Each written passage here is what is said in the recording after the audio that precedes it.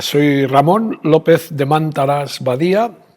Me dedico a investigar en inteligencia artificial en el Consejo Superior de Investigaciones Científicas, aunque actualmente soy profesor de investigación emérito. Empecé en el campo de la inteligencia artificial en 1975.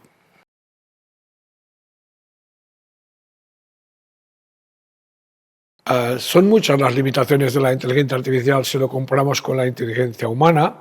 De hecho, incluso de alguna manera, no es conveniente hacer la comparación, porque son dos cosas que tienen muy poco que ver. Nos inspiramos en la inteligencia humana, en las capacidades humanas de resolver problemas, de razonar, etcétera, de aprender, y intentamos replicar estas capacidades de aprender, razonar, etcétera, en máquinas, pero de una forma completamente distinta.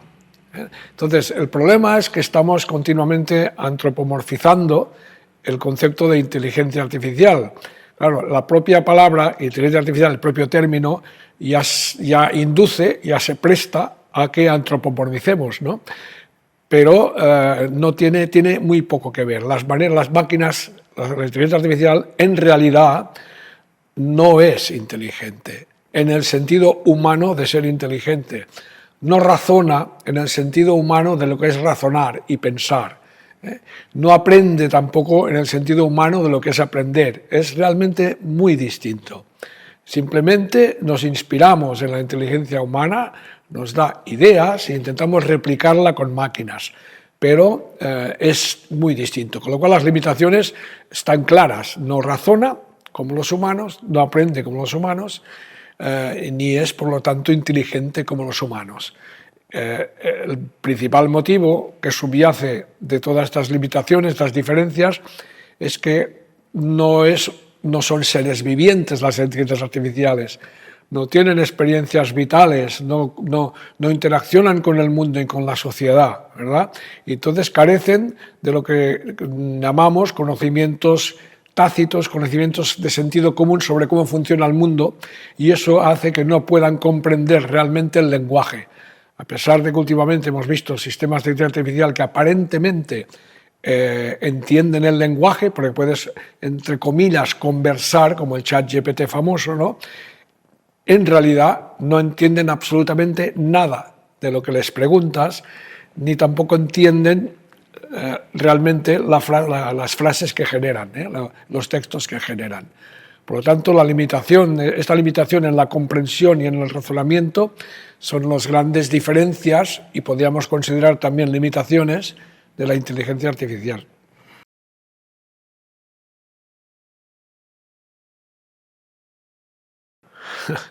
A ver, sin comprometer la privacidad de la ética, es complicado, porque siempre es una tecnología que llamamos como de doble uso, tiene como dos caras, ¿no? Pero precisamente el concepto de doble uso nos lleva de cómo se usa, por eso es de doble uso. ¿Quién lo usa? Es un instrumento muy sofisticado que lo usamos las personas. ¿Quién lo desarrolla y lo diseña? Las personas. Por lo tanto, el problema es, en sí misma la inteligencia artificial no tiene iniciativa propia, ni objetivos propios, ni deseos propios, ni nada de todo esto. Estos son los conceptos que tenemos los humanos, ¿no? Aspectos que son relacionados con lo que es ser humano, ¿no? La inteligencia artificial no tiene nada de todo esto. Entonces, lo que ocurre es que se puede usar muy mal por parte de actores humanos, de personas que hacen un mal uso de esa inteligencia artificial, y entre estos usos, digamos, malos o no adecuados, pues nos encontramos el control masivo de la ciudadanía, la privacidad, la polarización, las falsedades. Esto es muy problemático. O sea, ¿cómo se resuelve esto?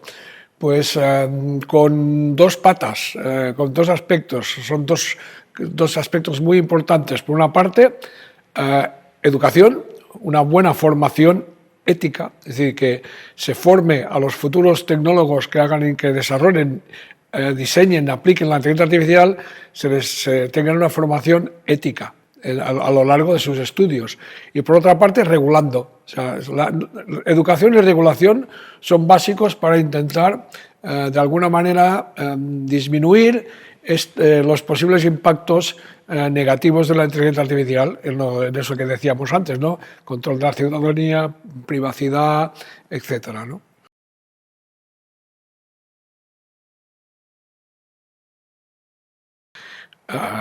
La regulación, aparte de la educación, es absolutamente imprescindible. Lo que no se puede permitir es que grandes empresas tecnológicas jueguen o desplieguen, que llamamos, ¿no?, aplicaciones, sistemas de inteligencia artificial sin antes haber hecho un estudio exhaustivo de sus posibles consecuencias negativas. Esto no se ha hecho. Hay una enorme falta de prudencia. Unos principios básicos de la regulación o de las buenas prácticas en inteligencia artificial tendría que ser la prudencia. Eso hemos visto todo lo contrario. Un ChatGPT, por ejemplo, se lanzó ChatGPT alegremente, rápidamente, al alcance de cientos de millones de personas, sin antes haber analizado las posibles terribles consecuencias que después hemos visto que está teniendo en ciertos casos, ¿no? Incluso ha inducido a personas a suicidarse o a creer que un diagnóstico médico era correcto porque la inteligencia artificial se supone que es inteligente cuando no lo es, y hacer caso del diagnóstico y del tratamiento, y ha provocado ya situaciones muy graves de muertes o de situaciones de gravedad por alergias al tratamiento, porque la gente ha utilizado el ChatGPT y pensando que estaba hablando con un médico o con una persona que tiene conocimientos y sabiduría, y no tiene nada de todo esto, ¿no? O sea, por lo tanto, es innumerable, son innumerables, la lista es muy larga de casos conocidos de que por el uso de estas inteligencias artificiales, que no han estado bien verificadas, bien comprobadas, bien validadas antes de desplegarlas, están causando realmente problemas importantes en la sociedad. Por eso regular es imprescindible, ¿eh? Europa ya lo está haciendo, ¿no? Europa y la Unión Europea de Inteligencia Artificial, que a pesar de que tiene sus limitaciones, no es que me guste muchísimo, pero es un buen paso en la buena dirección. Pasa que hay muchas cosas que no se contemplan en esa ley que deberían contemplarse. En mi opinión, la regulación tendría que ser todavía más estricta de lo que es. Pero creo, comparado con otros países o otras zonas del mundo como China o Estados Unidos, pues lo que tenemos, creo que estamos haciendo las cosas mucho mejor en cuanto a la regulación de esta tecnología, ¿no?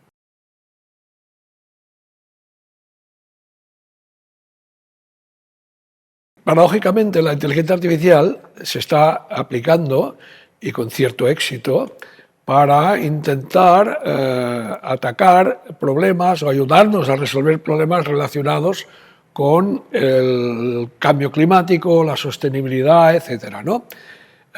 Y hay aplicaciones que pueden optimizar, por ejemplo, el consumo energético en una empresa, ¿no? Pero últimamente estamos viendo que la inteligencia artificial que llamamos generativa, y el ejemplo, me repito, como lo he dicho antes, el ejemplo más conocido por todo el mundo es el famoso ChatGPT, tienen un problema, que para que esto funcione se necesitan unas enormes, lo que llaman granjas de servidores, si queremos, o centros de datos con muchísimos ordenadores que consumen una enorme cantidad de energía eléctrica. Los cálculos más recientes, sumando lo que consumen los centros de datos de las grandes empresas tecnológicas, Google, Amazon, Meta, lo que antes era Facebook, Microsoft, sumas el consumo de todos los centros de datos que tienen millones de estos ordenadores consumiendo mucho, y estamos hablando de centenares de teravatios. Están consumiendo más energía eléctrica que el 90% de los países del mundo. O sea, si comparamos este consumo con lo que consume en una lista de los países del mundo, del que más consume al que menos consume anualmente, este conjunto de centros que llamamos centros de datos, que permite que la inteligencia artificial funcione, y no solo la inteligencia artificial, también cuando uno navega por Internet, etcétera, ¿no? Los buscadores y todo eso, pues bien, el consumo total, solamente hay como una veintena de países que consumen más. Los otros prácticamente 200 países que hay en el mundo consumen menos. Esto es insostenible. Nos debe extrañar, por lo tanto, que Microsoft haya decidido comprar el reactor que se paró hace años de Three Mile Island, en Estados Unidos, que se paró porque se tuvo que parar el reactor porque hubo un accidente enorme, gravísimo, un accidente nuclear gravísimo, y desde entonces permanece parado desde hace unos 40 años más o menos, o casi, y ahora Microsoft se han dado cuenta de que para que funcionen sus centros de datos necesitan, y para satisfacer las necesidades energéticas de la inteligencia artificial, necesitan dedicar reactores nucleares a sus centros de datos. Hasta ahí hemos llegado. O sea, plantearse que para que la inteligencia artificial pueda funcionar necesitas centrales nucleares para que alimenten energéticamente estas inteligencias artificiales, esto es, en mi opinión, es bastante inaceptable, ¿no? O sea, que tenemos este dilema, ¿no? Queremos inteligencia artificial, la queremos cada vez más potente, pero las demandas energéticas son insostenibles. Hay que hacer algo, no se puede seguir por esta senda, ¿no? Hay que investigar nuevas tecnologías, nuevos algoritmos de inteligencia artificial que consuman menos energía, que necesiten menos datos para funcionar, y esto, la respuesta tiene que venir necesariamente de la investigación científica. Estas grandes empresas no nos darán la solución. La solución tiene que venir del mundo más académico. Hay que, en mi opinión, una cosa que podemos hacer nosotros, ¿qué podemos hacer nosotros como personas de la calle, ¿no? Dieta digital. Yo lo llamo la dieta digital.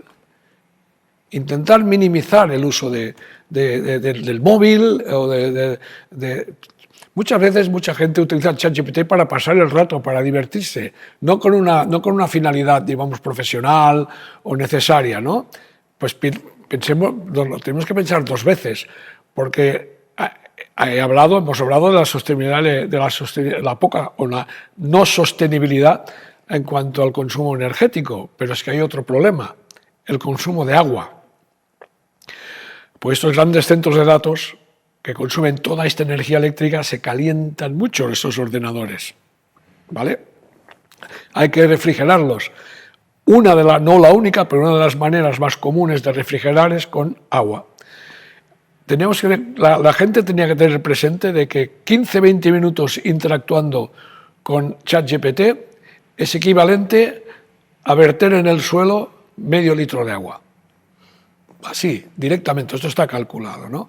Entonces, claro, hay que tenerlo presente, ¿no? Tenemos que tener presente e intentar, pues eso, hacer dieta digital, no usar el móvil para cualquier cosa, para cualquier tontería, pasarse horas, y ahora sonará a chiste, pero no lo es, pasarse horas viendo vídeos de gatitos, que todos sabemos que es muy común en el mundo con la gente con los móviles, pues yo recomiendo que se lo piensen las personas dos veces antes de pasarse media hora viendo vídeos de gatitos, porque están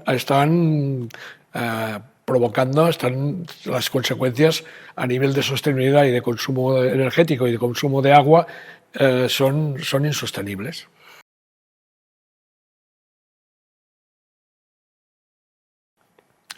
Una economía humanista, yo soy de los que creo que tendría que pasar por un cambio de mentalidad importantísimo por parte de los países, ¿no? Y empezar a tomar en serio lo que se conoce como economía del decrecimiento.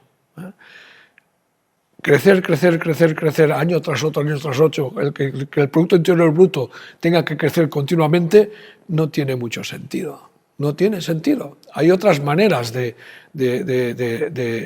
medir de alguna manera la riqueza, no necesariamente en términos económicos, ¿no? Bután es un país que tiene una medida que se llama la medida de felicidad, ¿eh? Por ejemplo, Bután podría ser un buen ejemplo de otras maneras es importante preocuparse de que sus ciudadanos sean felices. ¿La felicidad depende de que el PIB vaya creciendo cada año?